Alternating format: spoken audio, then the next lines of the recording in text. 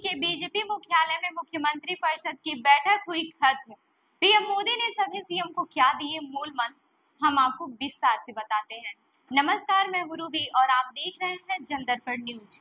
BJP के दिल्ली स्थित मुख्यालय में मुख्यमंत्री परिषद की अहम बैठक हुई है। इस बैठक में बीजेपी शासित राज्यों के मुख्यमंत्री और कई केंद्रीय मंत्री मौजूद रहे। बैठक में पीएम मोदी और गृह मंत्री अमित शाह के साथ ही बीजेपी प्रमुख जेपी नड्डा भी मौजूद थे। जानकारी के मुताबिक इस बैठक में यूपी में चल रही सियासी खींचातान पर भी फैसले की बात कही गई। कहा जा रहा है कि सीएम योगी आदित्यनाथ की बैठक में दोनों डिप्टी सीएम नहीं पहुंचे थे, जिसे लेकर आला कमान नाराज है।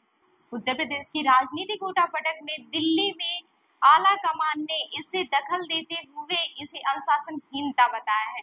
यूपी में लोकसभा चुनाव के बाद मिली करारी हार के बाद वहां सियासी उठापटक चल रही थी। उसके बाद शनिवार को राज्य के मुख्यमंत्री सीएम योगी और राज्य के दोनों डिप्टी सीएम भी बैठक में शामिल हुए। बैठक में पार्टी में चल रही अंदरूनी गुटबाजी और इस साल 4 राज्यों महाराष्ट्र, हरियाणा, झारखंड और जम्मू कश्मीर में होने वाले विधानसभा चुनाव की रणनीति पर चर्चा हुई। हालांकि इसका कोई ऑफिशियल अपडेट नहीं आया। लोकसभा चुनाव के बाद यह पहली बड़ी बैठक है जिसमें भाजपा के सभी मुख्यमंत्री मौजूद रहे। आपको बता दें कि पीएम मोदी ने इस बैठक में गुड गवर्नेंस पर जोर दिया और सभी राज्यों से कहा कि वे एक दूसरे की बेस्ट प्रैक्टिस के मॉडल को लागू करें। इसके साथ ही प्रधानमंत्री ने केंद्र सरकार की सभी योजनाओं के 100% सैचुरेशन का लक्ष्य प्राप्त करने के लिए मिशन मोड में कार्य करने के लिए कहा। इस बैठक में एनडीए शासित कुल 16 राज्यों के 13 मुख्यमंत्री और 15 डिप्टी सीएम शामिल हुए। दरअसल मोदी ने भाजपा शासित राज्यों में लागू की जा रही केंद्र सरकार की योजनाओं का जायजा लिया। उन्होंने मुख्यमंत्री से केंद्रीय बजट की प्रमुख बातों का प्रचार प्रसार करने को भी कहा। खासकर 5 साल में 4.1 करोड़ युवाओं को नौकरी के लिए 2 लाख करोड़ रुपए का पैकेज, ग्रामीण आवास और किसानों के लिए योजनाओं का। सूत्रों के मुताबिक इस बैठक में राज्यों के मुख्यमंत्री अपने काम का हिसाब किताब दिया।